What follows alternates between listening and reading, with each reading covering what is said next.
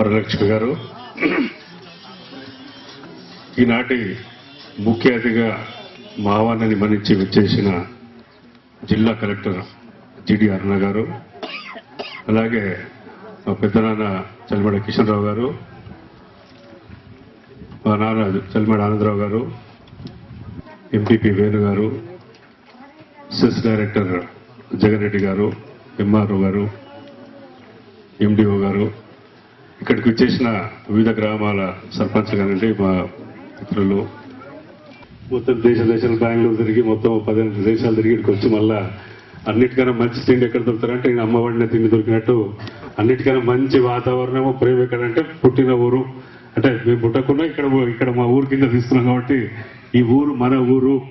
అంటే ఎక్కడెక్కడో చేస్తున్నాం. ఇప్పుడు కరీంనగర్ చుట్టూ ప్రాంతాల్లో ఏదో చేస్తూ ఉంటే సరే కరీంనగర్లో చేసినప్పుడు మాది ఒక చిన్న పల్లెటూరు ఎందుకు ఏం చేయొద్దని ఒక ఉద్దేశంతోనే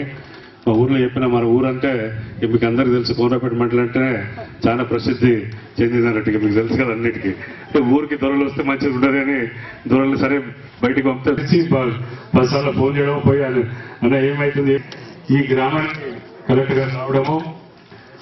ప్రపంచంలోనే, ఎందుకంటే 97లో ఎప్పుడైతే మనం ఇక్కడ మెడికల్ క్యాంప్ పెట్టామో అప్పుడు మా డాక్టర్ సూర్య కూడా నీటి ద్వారానే వస్తాయి అని అప్పుడు చెప్పడం జరిగింది. ఇక్కడ అప్పుడు చూస్తే చిన్న చిన్న బీపీ కానివ్వండి, లేదంటే టీబీ కానివ్వండి, షుగర్ కానివ్వండి, ఈ చిన్న చిన్న బాధలతోనే తొలి దశలో నిర్ధారించిన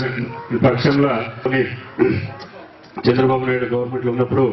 మెడికల్ కాలేజెస్ ఇది తీసుకుంటే కరీంనగర్ జిల్లాలో పెట్టినట్టయితే మెడికల్ కాలేజ్ ద్వారా, ఎందుకంటే అక్కడ మంచి జరుగుతుందని ఆశిస్తూ ఎవరికిచ్చిన సర్పంచ్ గారు కానివ్వండి, ఎంపీపీ కానివ్వండి, ఇతర ఆర్గనైజర్స్ అందరికీ కూడా కృతజ్ఞతలు తెలుపుకుంటూ సెలవు తీసుకుంటాం.